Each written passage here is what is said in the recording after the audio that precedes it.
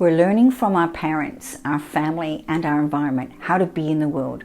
Where is our place? We essentially want to feel safe, have good, healthy relationships, and a happy, fulfilling life. Our self-esteem will determine the quality of how we experience our life. Hi, I'm Amanda, co-founder of Retune.Life, and we run workshops to help couples reconnect, as well as individual and couple relationship coaching. Our self-esteem is underpinned by three things: our needs, our boundaries, and our emotions. For these three areas to positively contribute to our self-esteem, we must have awareness of our needs, healthy boundaries, and emotional regulation. This is known as the Self-Esteem Triangle, and all three areas must be reciprocated in a relationship for it to be healthy. When it comes to needs, you must be comfortable expressing them to your partner and how you want them fulfilled. Thankfully, we humans are highly wired for getting our needs met, and our behaviors are designed to do just that, maybe resourcefully or sometimes unresourcefully. You need healthy boundaries based on self-respect. Your boundaries are made up of what you will and won't accept.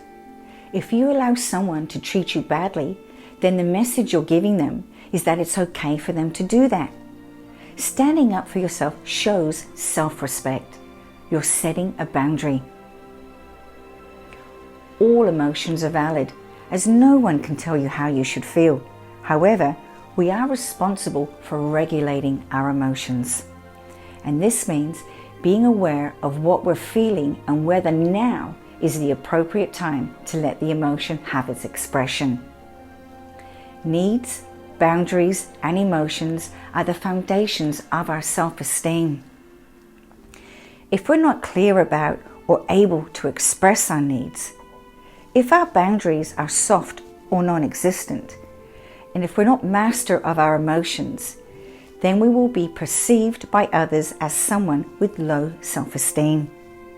Low self-esteem shows up as always needing to be right, not owning up to mistakes, finding it difficult to apologize, overcritical and judgmental of others, having to have the last word. Low self-esteem shows up in relationships as putting our partners down so we can feel better about ourselves. High self-esteem people can own mistakes, apologize, appreciate others' point of view, aren't dogmatic, display empathy, don't need to be right, and don't need to have the last word. High self-esteem shows up in relationships as supporting our partners to be the best version of themselves and helping them achieve their dreams.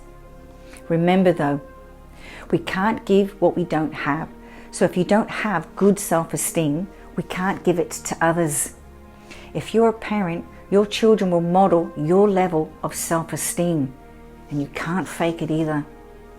I hope this brief example of the self-esteem triangle gives you some insight. It's an area where coaching can vastly improve your sense of self. So if that's something you'd like to explore, you can reach out to me here via personal message or via the Retune.Life website. In episode 9, I'll share why the art of listening is a key skill to support healthy relationships.